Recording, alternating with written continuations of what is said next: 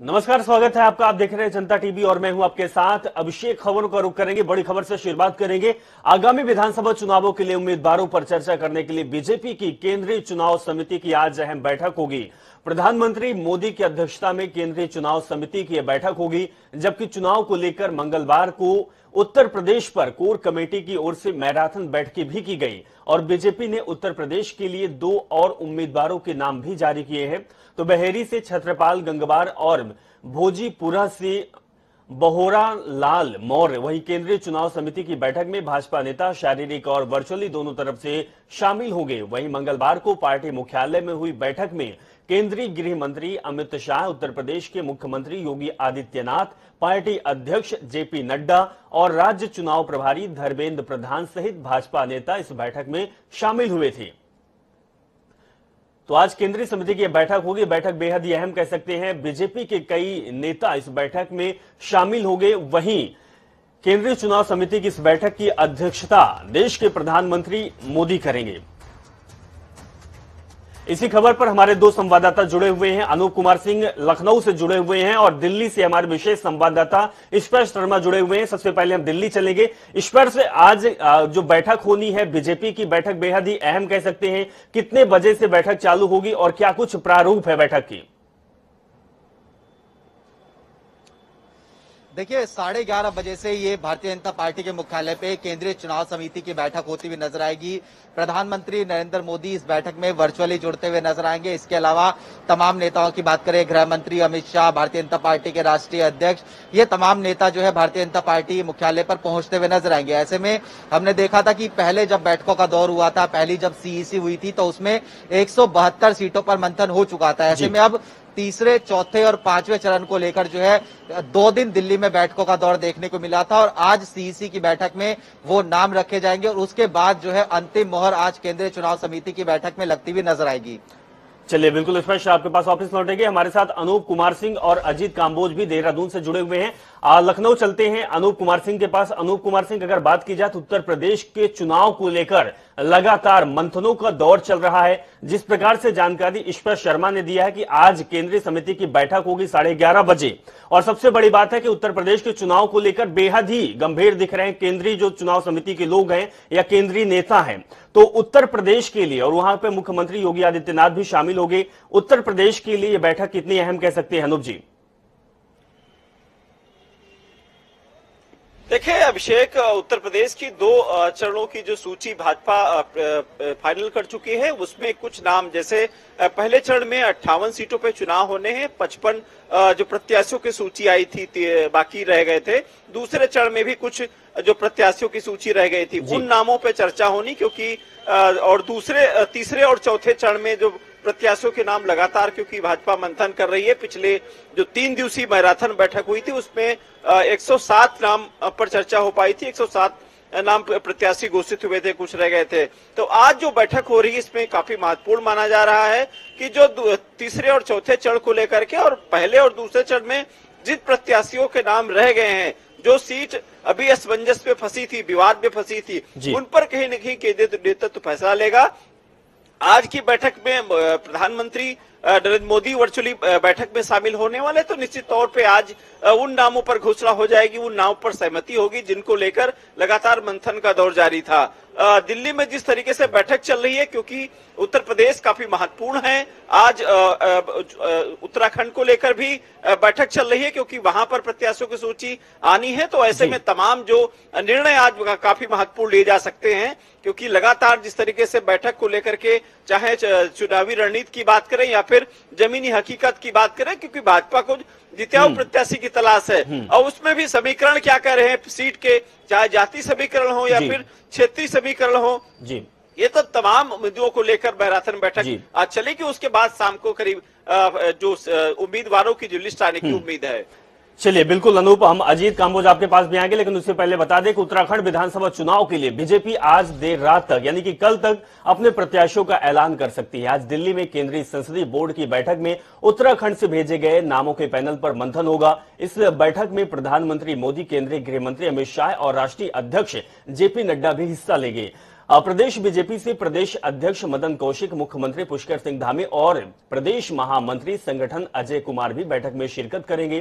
प्रदेश अध्यक्ष मदन कौशिक के मुताबिक पार्टी के कोर ग्रुप और चुनाव समिति में विचार विमर्श के बाद प्रदेश में केंद्रीय संगठन को सभी 70 विधानसभा सीटों पर पैनल तैयार करके भेज दिया गया है। तो अजीत काम्बोज हमारे संवाददाता जुड़े हुए हैं। अजीत, जानकारी देंगे। अजीत, पैनल भेज दिया गया है, नामों की सूची दिल्ली पहुंच चुकी है। आज जो बैठक होनी है केंद्रीय चुनाव समिति की, उत्तराखंड के प्रत्याशियों के नाम पर भी अंतिम मुहर लगेगी। अजीत जी।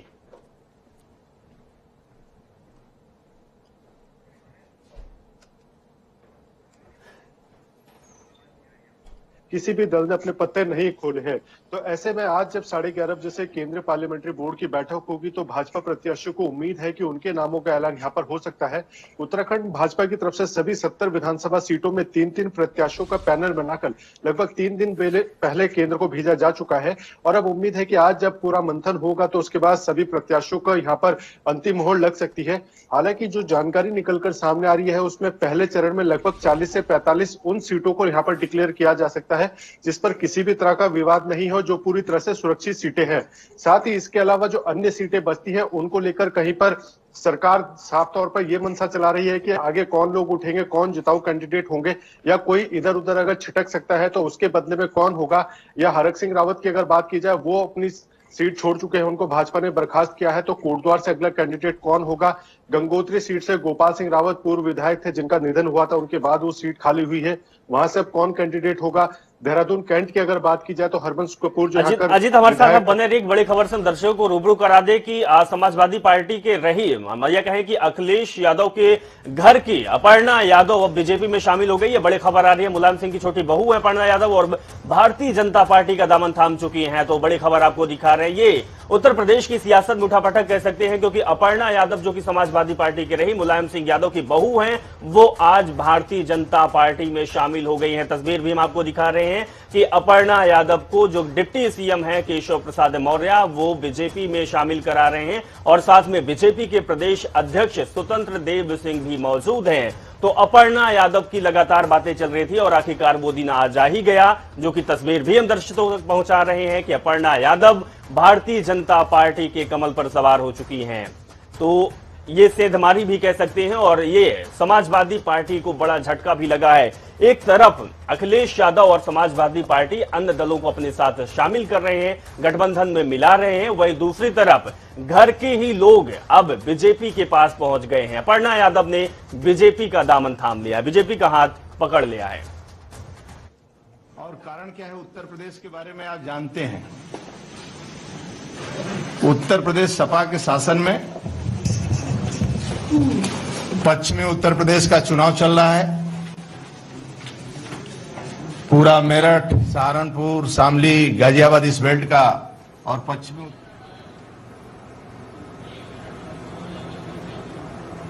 तो नाज़रीन आप तो हम आपको तस्वीर दिखा रहे हैं अपर्णा यादव जो कि भारतीय जनता पार्टी में शामिल हो गए हैं। प्रदेश के बीजेपी प्रदेश अध्यक्ष स्वतंत्र देव सिंह और केशव प्रसाद मौर्य जो कि डिप्टी सीएम है, उन्होंने अपर्णा यादव को बीजेपी की सदस्यता दिलाई है, पार्टी में शामिल किए हैं और इसके बाद प्रेस कॉन्फ्रेंस कर रहे हैं।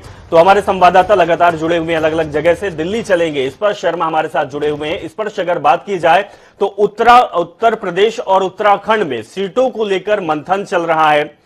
समाजवादी पार्टी के घर में सेंधमारी हो रही है या कहे कि हो चुकी है, क्योंकि अपर्णा यादव भारतीय जनता पार्टी में शामिल हो चुकी हैं।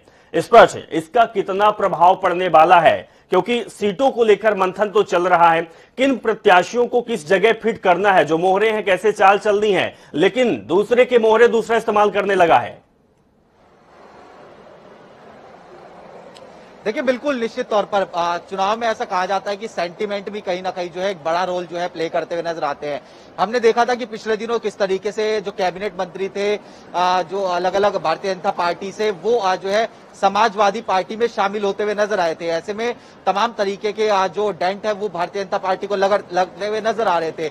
लेकिन आज जिस तरीके से मुलायम सिंह यादव की छोटी बहू अपर्णा यादव ने भारतीय जनता पार्टी को ज्वाइन किया है। तो ये कहीं ना कहीं बड़ा डेंट जो है समाजवादी पार्टी के तौर पर जो है कहा जा सकता है, क्योंकि आज जो है जिस तरीके से पिछले कई दिनों से लगातार ऐसी चर्चाएं थी कि अपर्णा यादव भारतीय जनता पार्टी ज्वाइन कर सकती हैं, लेकिन अभी तक कुछ भी खुलकर सामने नहीं आ रहा था। लेकिन अब फाइनली अपर्णा यादव ने भारतीय जनता पार्टी बिल्कुल। अनूप जी आपसे भी समझना चाहेंगे कि जिस तरीके से ये सेंधमारी हुई है, समाजवादी पार्टी की या कहे मुलायम सिंह की बहू ही भारतीय जनता पार्टी में शामिल हो गई है, एक तरफ से ये कह सकते हैं कि अब भारतीय जनता पार्टी को मुद्दा मिल गया है कि आप अपने घर के लोगों को नहीं संभाल सकते हैं, तो जब बाहर से आपके गठबंधन में आए हुए हैं उसको आप कैसे, उन लोगों को कैसे संभाल पाएंगे। ये लड़ाई अभी टिकटों को लेकर होगी, इसके बाद जब अगर सरकार बनती है तो उसके बाद भी संभालना बहुत मुश्किल हो जाएगा अखिलेश यादव को। देखिए, बिल्कुल सही बात है। लगातार समाजवादी परिवार में विघटन चला रहा है और जिस तरीके से ये जो सीटों को लेकर बंटवारे की बात चल रही थी, अभी पिछले दिनों एक अफवाह उड़ी थी कि समाजवादी पार्टी की जो परिवार की जो वोटी बहू अपर्णा यादव भाजपा में शामिल होंगी, लेकिन वो कहीं न कहीं रुक गया था मामला। दरअसल बात ये थी कि जो इस समय जो मुलायम सिंह यादव हैं वो कहीं न कहीं अखिलेश से मुलाकात करने गए थे समाजवादी पार्टी कार्यालय में, और शायद इसी वजह से गए थे कि अपर्णा यादव की लखनऊ की कैंट सीट दे दी जाए। इसको लेकर शिवपाल यादव भी मुलाकात कर चुके हैं। हालांकि सूत्रों के हवाले से जो खबर आ रही, शिवपाल यादव भी अखिलेश से नाराज हैं। दरअसल सीटों को लेकर जिस तरीके से बंटवारा हुआ था, शिवपाल यादव को 6 सीट देने की बात कही गई थी, लेकिन उनको सिर्फ 1 सीट दी जा रही है। तो कहीं न कहीं जो पारिवारिक कलह है, जो लगातार करीब 2 साल से, करीब 2017 से चला आ रहा है, 17 में चुनाव भी यही कारण रहा कि परिवार का जो विघटन था, इसी वजह से समाजवादी पार्टी सत्ता से बाहर हो गई थी। तो वो लगातार चला रहा है। बिल्कुल अनूप जी हमारे साथ बने रहिए। हम प्रेस कॉन्फ्रेंस दिखाते हैं। बीजेपी के केशव प्रसाद मौर्य जी प्रेस कॉन्फ्रेंस कर रहे हैं। इससे पहले दिखाए थे कि अपर्णा यादव अब भारतीय जनता पार्टी में शामिल हो गई हैं। देखिए, बड़ी श्रृंखला है, उसी के क्रम में आज अपर्णा जी आई हैं। मैं उनका स्वागत करते हुए यह भी कहना चाहूंगा कि उत्तर प्रदेश के पूर्व मुख्यमंत्री और समाजवादी पार्टी के वर्तमान अध्यक्ष श्री अखिलेश यादव जी अपने परिवार में ही सफल नहीं हैं और प्रदेश के मुख्यमंत्री के रूप में भी असफल रहे हैं, सांसद के रूप में भी असफल हैं, और उनको इतना लंबा समय, भारतीय जनता पार्टी प्रत्याशियों की पहली सूची आई, हमारे माननीय मुख्यमंत्री जी का, मेरा भी नाम पहली सूची में आया, लेकिन अभी भी कहते थे कि हमने बड़ा विकास किया है। जो विकास योजनाएं आती थी उस पर स्टिकर चस्पा करने का काम कि हमने ये शुरू किया है, और कोई विकसित क्षेत्र उनके द्वारा जो विकास किया गया उस क्षेत्र से उनके अंदर चुनाव लड़ने की हिम्मत नहीं हो रही है। यह जान करके मुझे आश्चर्य हो रहा है, लेकिन इस समय मैं इस बात को न करके मैं अपर्णा जी का भाजपा परिवार में स्वागत करता हूं, और भाजपा परिवार में आकर के उनको बहुत, मैं मानता हूं, प्रसन्नता हुई होगी। वह आदरणीय बालूनी जी हमारे अभी बताएंगे, वो अपने विचार को संक्षेप में यहाँ रखेंगे भी। धन्यवाद।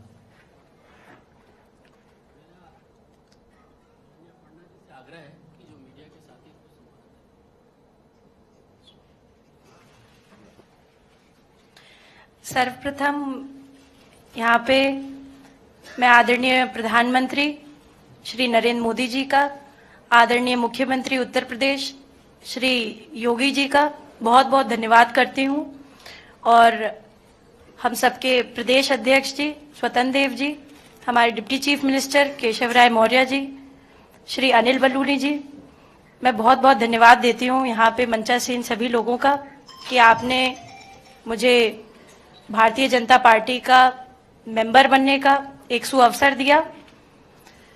मैं, जैसा कि सभी जानते ही हैं, मैं हमेशा से प्रभावित रहती थी आदरणीय प्रधानमंत्री जी से, और मेरे चिंतन में हमेशा राष्ट्र सबसे पहले है।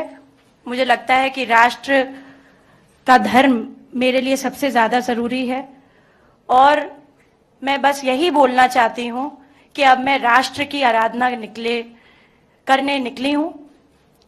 इसलिए आप सभी लोगों का सहयोग भी बहुत अनिवार्य है, और मैं बहुत बहुत हमेशा से प्रभावित रहती हूँ जिस प्रकार की कार्यशैली है, चाहे वो स्वच्छ भारत मिशन हो, चाहे वो महिलाओं के लिए स्वावलंबी जीवन हो, चाहे वो रोजगार हो।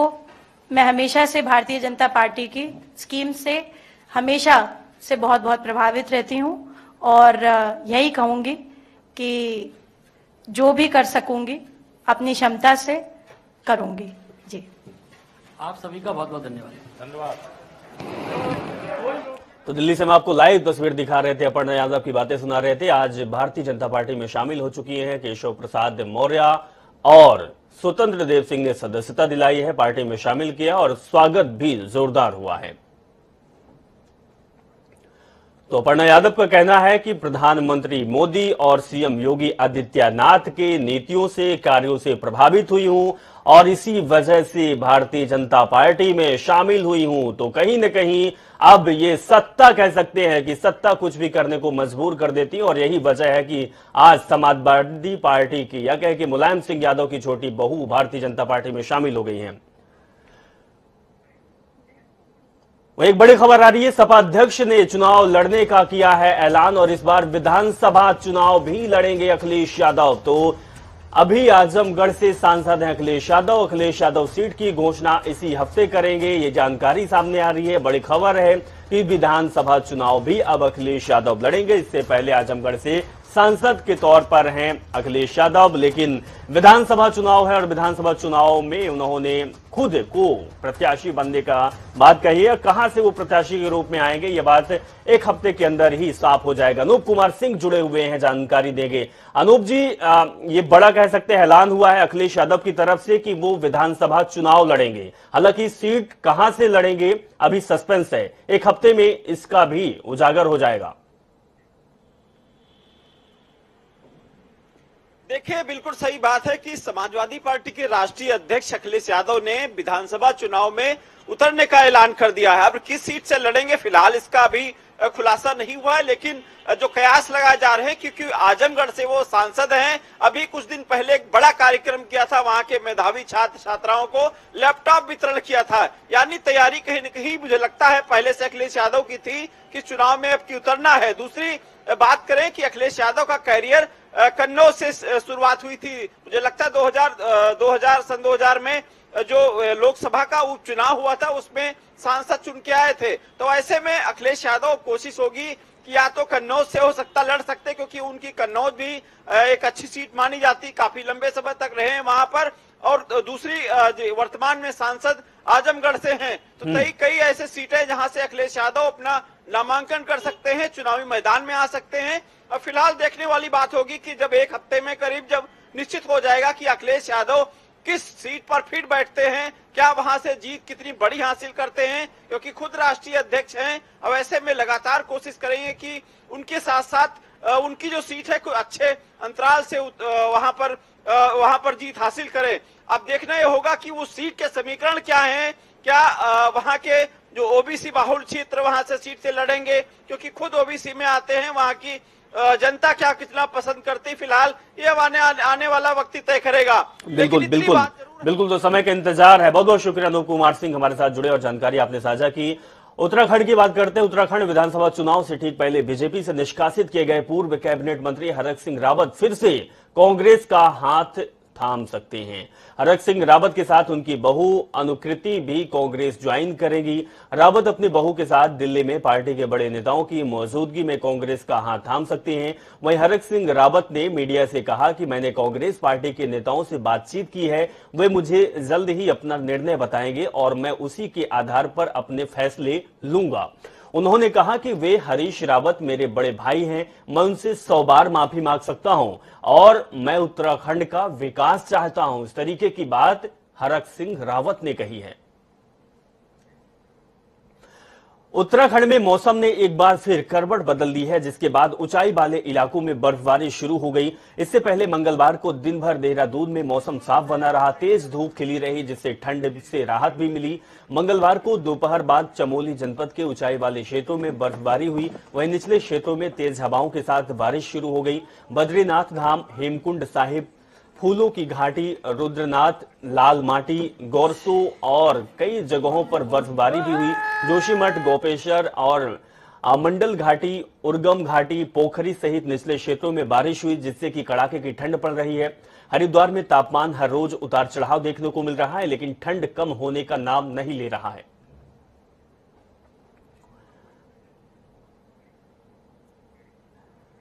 बड़ी खबर आ रही है, पूर्व सीएम अखिलेश यादव की आज प्रेस कॉन्फ्रेंस होगी। पार्टी मुख्यालय पर अखिलेश यादव करेंगे प्रेस कॉन्फ्रेंस। दोपहर 1 बजे अखिलेश यादव प्रेस कॉन्फ्रेंस करेंगे। तो बड़ी खबर आपको दिखा रहे हैं लखनऊ से, सपा मुख्यालय पर अखिलेश यादव आज दोपहर 1 बजे प्रेस कॉन्फ्रेंस करेंगे। बड़ी चीजों का ऐलान कर सकते हैं। चुनावी मौसम चल रहा है और जिसको देखते हुए प्रेस कॉन्फ्रेंस बेहद ही खास और बेहद ही अहम कह सकते हैं। तो बड़ी खबर आपको लखनऊ से दिखा रहे हैं, पार्टी मुख्यालय में अखिलेश यादव प्रेस कॉन्फ्रेंस करेंगे।